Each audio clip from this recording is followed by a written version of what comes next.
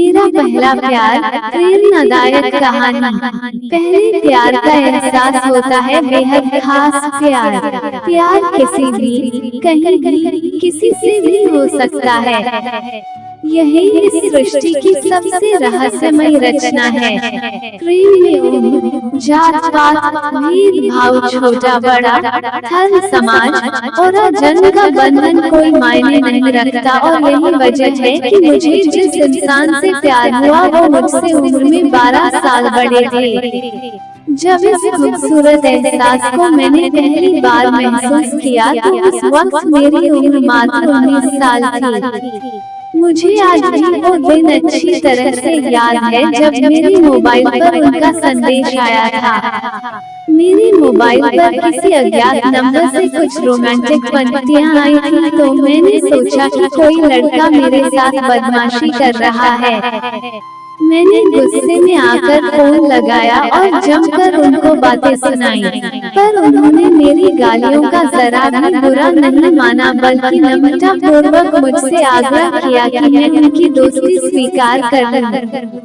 ना जाने उनकी आवाज में क्या जादू था कि मुझ जैसी लड़की जो हमेशा लड़कों से दूर रहती थी, आज उसने एक अनजान शख्स के आग्रह को स्वीकार कर लिया था। इस घटना के बाद लगभग 20 दिनों तक हम एक दूसरे से फोन पर बातें करते रहे। इन 20 दिनों में मैं ये तो बहुत अच्छी तरह समझ चुकी थी कि ये वही इंसान है जिसकी मुझे तलाश थी। इन 20 दिनों के बाद हम कई बार एक दूसरे से समुद्र के किनारे मिले। समुद्र के किनारे बैठकर हम दोनों ही आईपॉड पर बजते संगीत का आनंद लेते थे और बिना एक दूसरे से एक शब्द भी बोले अंधेरा होने तक समुद्र को निहारते रहते थे। उस पल मुझे ऐसा महसूस होता था कि काश ऐसा होता कि मैं अपनी सारी जिंदगी इसी तरह उनके साथ समुद्र के किनारे बैठकर गुजार देती थी। ऐसी ही एक खूबसूरत शाम थी जब उन्होंने मुझे अपनी बाहों में लेकर चूमा था। वो मेरी जिंदगी के पहले और आखिरी शख्स थे जिन्होंने मेरे शरीर के साथ साथ मेरी आत्मा को भी छुआ था। हमें एक दूसरे से मिले सिर्फ एक महीना ही हुआ था कि उन्होंने मुझे शहर से अपने ट्रांसफर होने की खबर सुनाई। मैं तो उदास हो गई थी ये सुनकर। अभी हमें मिले वक्त ही कितना हुआ था जो वो मुझे छोड़ जाने की बात कर रहे थे। प्रिया, कल मैं जा रहा हूँ, फिर न जाने हमारी कब मुलाकात हो, लेकिन जाने से पहले मैं चाहता हूँ कि हम एक बार तुम समझ रही हो ना मैं क्या कहना चाहता हूँ। अभी सिर्फ मैं 19 साल की ही तो थी, उम्र कच्ची और मैं बेअक्ल। उनकी बातों को समझ पाना जरा मुश्किल होता जा रहा था मगर कच्ची उम्र की पहली मोहब्बत में कुछ भी समझ पाना कठिन होता है। विवेक, आप ये क्या कह रहे हैं? मैं कुछ समझ नहीं पा रही। आप कहना क्या चाहते हैं? अरे इसमें समझना और समझना क्या है प्रिया? तुम बच्ची नहीं हो जो तुम्हें समझाना पड़े। अब देखो यार, आखिर हम प्यार करते हैं, एक दूसरे के साथ रहना चाहते हैं, तो इसमें इतना सोचना क्या है? भला ये कैसी बात थी कि जहाँ प्यार करते हैं वहाँ इस तरह की शर्तें रखी जाती है? विवेक, ये सब अभी करना जरूरी है क्या? शादी तो हमें करनी है तो फिर अभी ये सब क्यों करना है? यार प्रिया, तुम कितना सोचती हो? ये सब तो तुम्हें प्यार करने से पहले सोचना चाहिए था। फिर अगर तुम्हें इतना ही डर था और मुझ पर विश्वास नहीं था तो कह देती ना पहले ही। फिर मिलने भी क्यों आती रही? क्यों मुझे अपने करीब किया? खैर छोड़ो यार, मैं कल जा रहा था तो सोचा था कि तुम्हारे साथ कुछ वक्त बिता जाऊं। मैं तो असमंजस में फंस के रह गई थी। कुछ समय बाद वे वहाँ से चले गए।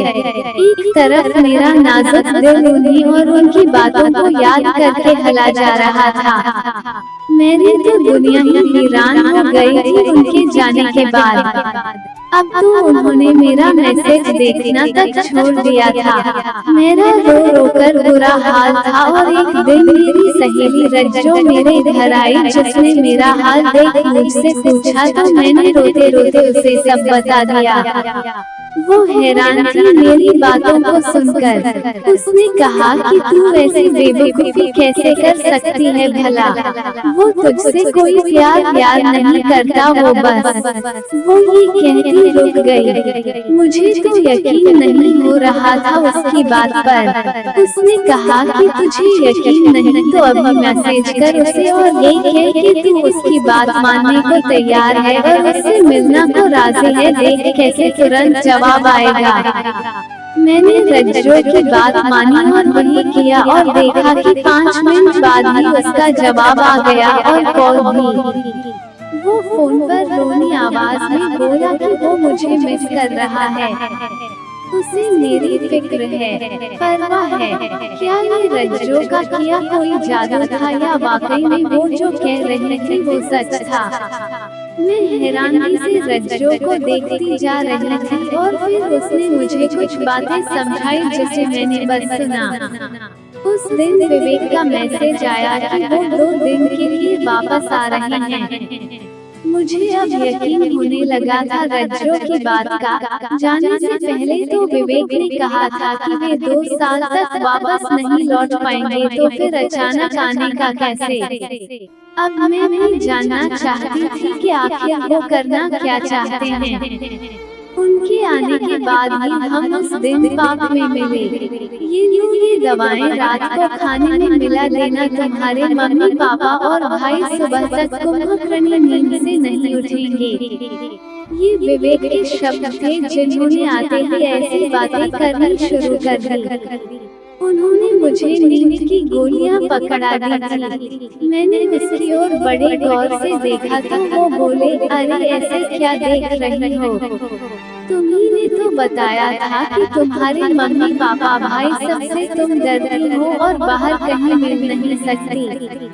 अब मैं तुम्हें अपने घर तो ले जा नहीं सकता वरना लोग उस पर भी बातें करेंगे। तो क्या लोग आपको मेरे घर आते देख बातें नहीं करेंगे।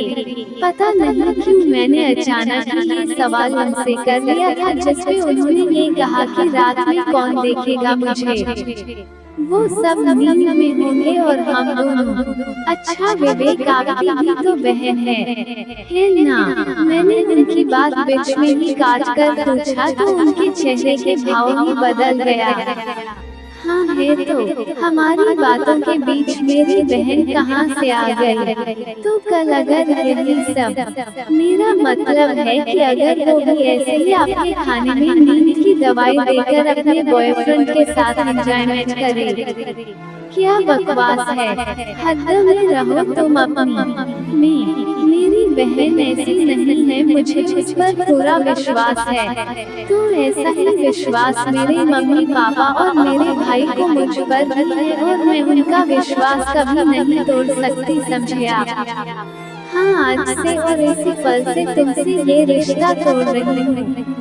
मगर जाने से पहले इतना जरूर कहूँगी, हर लड़की चाहे वह तुम्हारी माँ बहन हो या दोस्त सब अपने परिवार का मान होती है और जो इस मान को समझ नहीं सकता उसके साथ कैसा रिश्ता और कैसा प्यार। लानत ऐसे प्यार पर जो मुझे मेरे माँ बाप की इज्जत का सौदा करके करना पड़े। मैंने उनसे भर्राती आवाज में कहा और उनके तेवर भी बदल गए और मैं ये कहकर तेजी से वहाँ से निकल गई।